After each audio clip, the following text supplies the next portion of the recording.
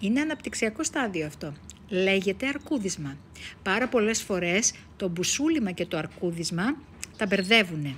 Δηλαδή νομίζουν ότι είναι το ίδιο πράγμα. Δεν είναι όμως.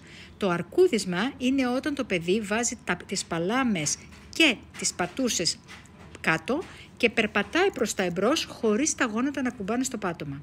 Το μπουσούλημα είναι, όπως το έχουμε πει, η τετραποδική θέση με τα γόνατα στο πάτωμα. Είναι αναπτυξιακό στάδιο λοιπόν, το οποίο είναι πάρα πολύ σημαντικό και θα σου πω γιατί. Είμαι η Εκατερίνη Ζιάκα, είμαι παιδιατρική και ανηλίκων φυσικοθεραπεύτρια για πάνω από 34 χρόνια και είμαι εδώ για να σας λύνω τις απορίες σου. Λοιπόν, γιατί το μπουσούλημα είναι τόσο σημαντικό?